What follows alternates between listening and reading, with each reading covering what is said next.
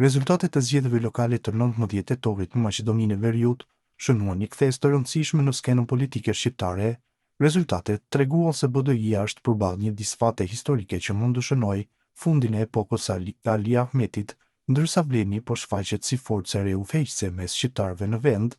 një po për atë se çka e pret Ahmeti në balotazh pas kësaj humbjeje të madhe për botan, sot foli profesori nga Maqedonia e Veriut, Suleman Mehazi.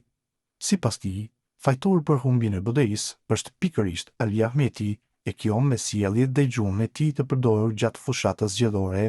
Për humbjen katastrofike të 19 tetorit, fajtor është vetë Ali Ahmeti, askush tjetër, as Vleni, as VMRO-ja e as qytetarët shqiptar. Shprehjet nacionaliste, patriotike dhe ofenduese të Ahmetit gjatë fushatës së zgjedhjeve lokale më shumë revoltonin qytetarët, saqë u bë i neveritshëm dhe qesharak. Përveç kësaj, Mehazi kritikon Ahmetin për qasjen e tij gjatë kohës së qeverisjes së BDI-s, e përmendi disa nga dëshmitë e mëdha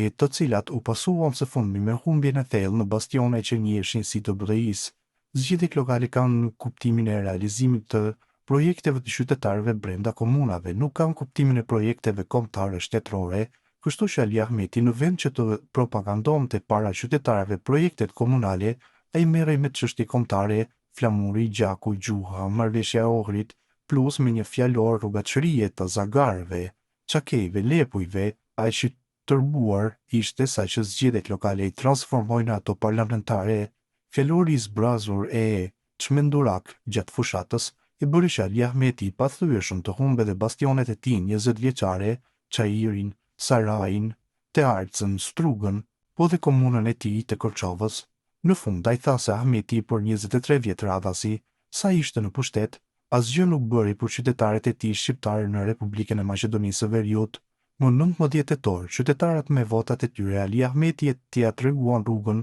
ka të shkojë, se koha e premtimeve të rreshme e tij ka kaluar, se do të mbetet e kaluar politike, se ishte dikur një Ali Ahmeti që ka qenë 23 vjet radhazi në pushtet e asgjë nuk bëri për qytetarët e tij shqiptar. Ndoshta në të ardhmen e afërt, maqedonasit do ta shpallin hero Ali Ahmetin për shkak të mbrojtjes së shtetit unitar të Maqedonisë së Veriut, përfundoi Suleman Mehazi për Bota Sot.